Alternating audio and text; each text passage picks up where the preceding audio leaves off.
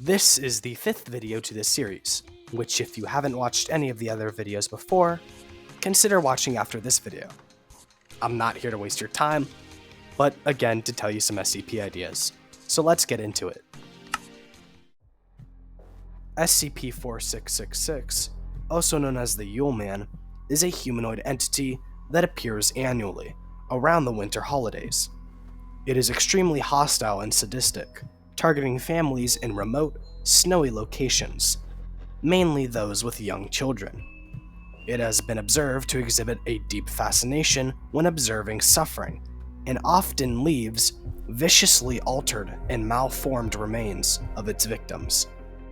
SCP-4666 could hold a pretty interesting role in the SCP team, being an SCP that watches from the sidelines, setting up traps around the facility while just causing chaos, making rounds harder to traverse and more unpredictable. SCP-4666 could have 1400 HP with a Hume shield of 350 that builds up to 700. This SCP could also roam around at 5.1 meters a second. For his primary attack, we have Scratch. SCP-4666 is frankly fragile and frail, clawing at its victims with its long nails. You could deal minor damage with 15 HP at a rate of 0.7 seconds. For his first ability, we have Harvest.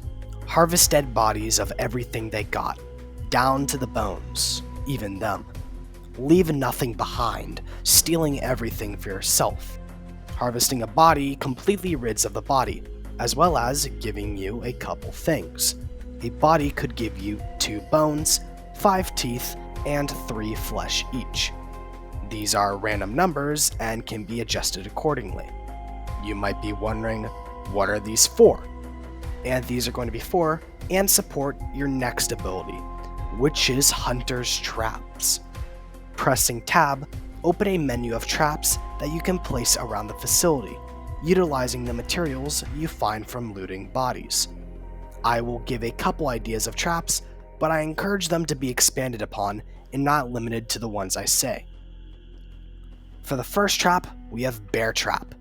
Craft and place a bear trap solely made out of flesh and teeth, biting into any human player who accidentally steps on it.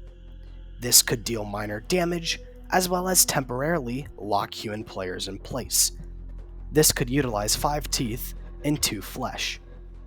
The second trap could be Scanner Screamer. Craft and place a gadget on any keycard required door or cabinet and wait for the chaos to commence.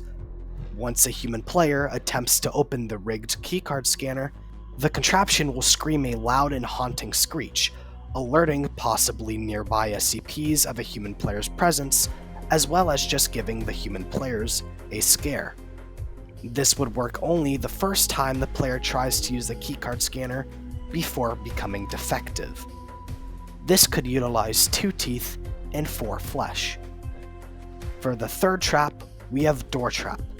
Craft and place a contraption above a doorway. Anyone who opens the door from the other side will hear the faint sound of rattling bones as a warning to the trap. Once the door is fully opened, a sharpened bone will fling into the doorway, hitting anyone who is in the doorway in the head, lodging the bone into their skull. This will deal major damage, and after such use, will render the trap unusable and defective, where it will then disappear. This could utilize 3 bones, 2 teeth, and 1 flesh. Again, I would love to see more traps and this be expanded upon. I'm not limiting it to just these 3. For the SCP's third ability, we have Kidnap. Grab a player and put them in your sack, temporarily disabling your attack in order to isolate the victim. The player could be in your sack for 30 seconds, or until you decide to drop them. This could be used for an interesting strategy where you run away from large groups of people after stealing one and isolate the players from the pack, as the lone players are the weakest. His passive ability will be Naughty or Nice. Tonight will be the night of judging. Only people can be nice on this night. Anyone who kills a player will get their location pinged to you, giving you a super psychic sense of where people are around the facility to effectively stalk your victims. This could be a prompt of text popping up saying whatever room or zone the person was killed in. Overall, I think SCP-4666 would be a nice change of pace from the average SCP, taking a backseat to make the facility unsafe and hard to traverse, making the possibility of danger linger around every corner. This would create a lot of new and engaging content, creating very unique rounds. Shout out to this person, the Ghost M8245. They definitely gave me an idea to use traps for this SCP. SCP-323-1, also known as the Wendigo, is a Wendigo skull with anomalous properties. When in close proximity to, individuals experience a compulsion to wear SCP-323. These effects are so drastic that if a person cannot fit the skull on their head, they will commonly bash their head against a wall to shape their head for wearing the skull.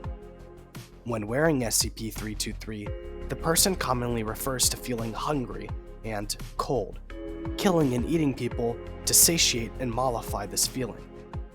This could translate pretty well into a cell, having much potential to hold a unique place in the SCP team, needing to be played differently.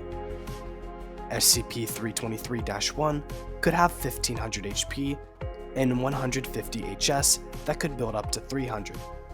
This SCP could walk at around 4.6 meters a second. The SCP's first passive ability is malnutrition. You're starving and slowly feel yourself grow weaker.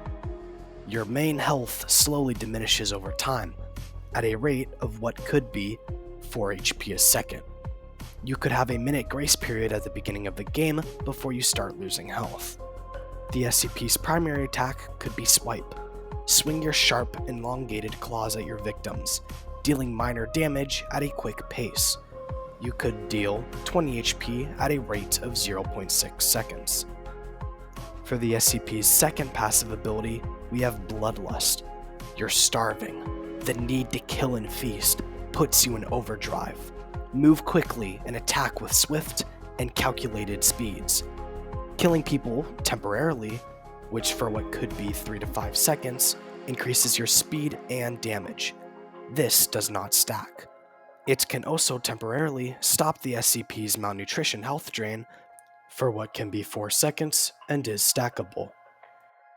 This will work to give this SCP a more of a wave killer ideal, where it has to run into battle and get many kills to prevent its own death. For the first ability, the SCP has Starving Feast. You're so cold, so hungry. Feast upon the flesh of the death, hastily and messily, keeping the body intact while regaining HP. Take what could be a second and a half to eat a body, healing 100 HP. You will keep the body intact, so any instances of 049-2 will still be able to eat the bodies, as well as 049 will still be able to revive them. You wouldn't be able to eat a body eaten by SCP-049-2 though. For the SCP's second ability, we have Ramming Charge. Speed up immensely as you charge into your victims, dealing damage and pushing them to the side until you travel what could be 25 meters or you hit a wall. This could speed you up to 8 meters a second, making you unable to turn, and temporarily making you invincible for the duration of the charge. Hitting players could deal 30 HP and will support the SCP rushing into battle.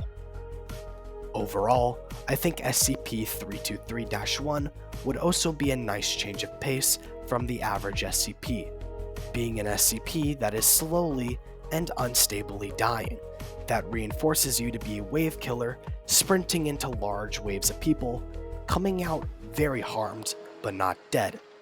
This SCP would also be prone to losing health over time.